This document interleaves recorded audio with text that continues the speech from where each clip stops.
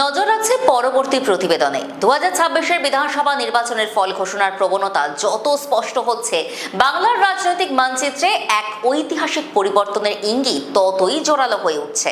সোমবার সকাল থেকেই রাজ্যের প্রশাসনিক কেন্দ্র নবান্ন এবং খাস কালীঘাটের রাজপথে যে ছবি দেখা গেল তা গত দেড় দশকে কার্যত অভাবনীয়। নবান্নের ঠিক ঢিল ছড়া দূরত্বে দাঁড়িয়ে গেরুয়া আবির মেখে এবং হাতে দলীয় পতাকা নিয়ে উল্লাসে মেতে উঠলেন বিজেপি সমর্থকেরা। তাদের জয়োল্লাস আর গগনভেদী স্লোগান জানান দিচ্ছে রাজ্যের শাসনভারের রাশ সম্ভবত হাত বদল হতে চলেছে।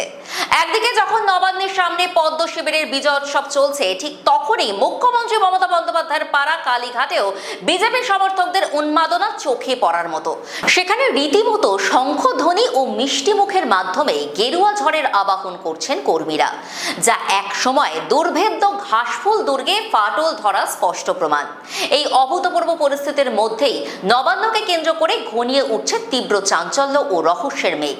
সকাল থেকেই নবান্নের নিরাপত্তা ব্যবস্থা ঢেলে সাজানো হয়েছে। পশ্চিমবঙ্গ পুলিশের পাশাপাশি নজিরবিহীনভাবে নবান্ন ঘিরে ফেলেছে বিশাল কেন্দ্রীয় বাহিনী। প্রশাসনিক সদর দপ্তরের প্রতিটি প্রবেশ পথ এবং সংলগ্ন গুরুত্বপূর্ণ মোড়গুলোতে আধা সামরিক বাহিনীর জওয়ানরা পাহারায় মোতায়েন রয়েছেন।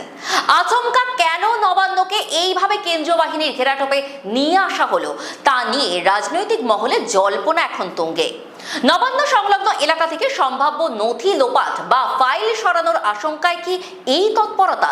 বিরোধী শিবিরের পক্ষ থেকে ইতিমধ্যেই অভিযোগ তোলা হয়েছে যে পরাজয় নিশ্চিত বুঝে কিছু অসাধু আধিকারিক ও শাসক দলের ঘনিষ্ঠ ব্যক্তিরা গুরুত্বপূর্ণ তথ্য গায়েব করার চেষ্টা করতে পারেন।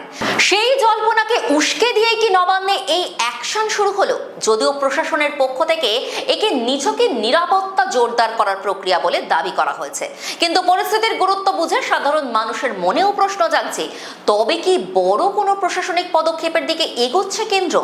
একদিকে নবান্নের বাইরে গেরুয়া আবিরের দাপট আর অন্যদিকে ভেতরে কেন্দ্রীয় বাহিনীর গাম্ভীর্য, এই দুইয়ের মাঝে দাঁড়িয়ে নবান্নের অন্দরের ছবিটাও বেশ থমথমে।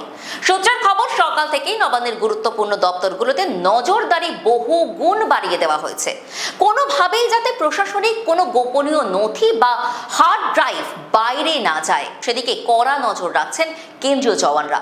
অনেক আধিকারিককেই নবান্নে প্রবেশ করতে বা বের হতে বিশেষ তল্লাশির সম্মুখীন হতে হচ্ছে। অন্যদিকে বিরোধী দলনেতা থেকে শুরু করে প্রথম সারির বিজেপি নেতৃত্ব দাবি করছেন এবার বাংলার মানুষ দুর্নীতির পাহাড় সরিয়ে স্বচ্ছ শাসনের পক্ষে রায় দিয়েছেন। তাদের মতে নবান্নের সামনে এই আবির খেলা আসলে বাংলার মানুষের দীর্ঘ প্রতীক্ষিত মুক্তির আনন্দ। কালীঘাটে মমতা বন্দ্যোপাধ্যায়ের বাসভবনের অদূরে বিজেপি সমর্থকদের এই দাপট শাসক দলের মনোবলকে আরো তলানিতে ঠেলে দিয়েছে বলে মনে করছেন রাজনৈতিক বিশ্লেষকরা। পরিস্থিতি কেবল নবান্ন বা কালীঘাটে সীমাবদ্ধ নেই। উত্তর থেকে দক্ষিণ গোটা রাজ্যে বিজেপি প্রার্থীদের জয়ের ব্যবধান চোখে পড়ার মতো। ব্যারাকপুরের রাজ চক্রবর্তীর মতো হেভি ওয়েট প্রার্থীদের নাস্তা নাবুদ হওয়া কিংবা নন্দীগ্রামের শুভেন্দু অধিকারীর দাপটের জয় গেরুয়া শিবিরকে আরো আত্মবিশ্বাসী করে তুলেছে।